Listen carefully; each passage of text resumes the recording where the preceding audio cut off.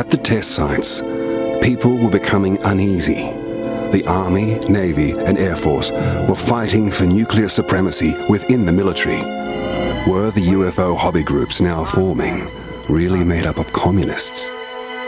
Were the UFOs part of a conspiracy, a particularly sophisticated Soviet attempt to infiltrate the United States and take it over? Under the entry UFO in the National Archives are these images. Some are of interest to bird lovers, but otherwise they are unremarkable. US citizens would learn that the state also lies because it has dirty secrets.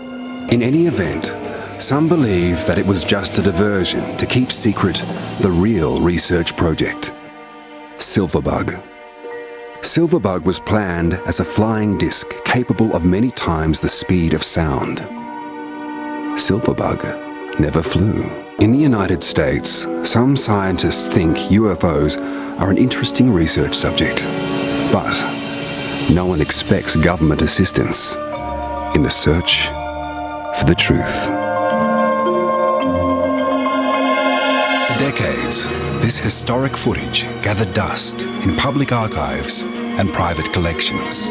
But colour has something, an immediacy, a presence that black and white does not.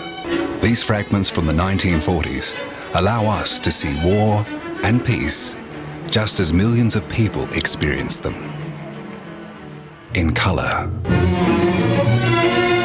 On the left, as well as on the right, French democracy was suffering a crisis of confidence, especially among those who governed it.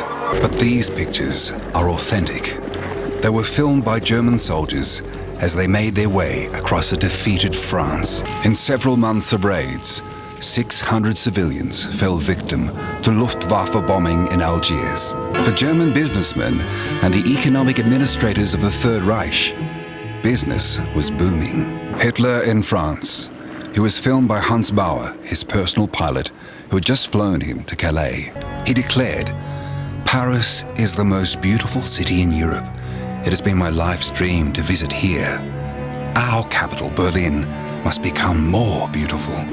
He had conquered France in less than a month. But it wouldn't last forever. That dream was shattered when this stadium in Brussels became a battlefield.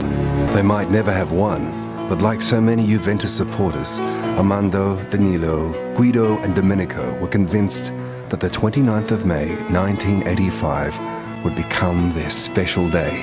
This allowed dozens of supporters to escape, but dozens of others were trampled and buried. Most of the deaths occurred in this mass of bodies, from suffocation and internal bleeding, but their cousin Domenico was nowhere to be seen.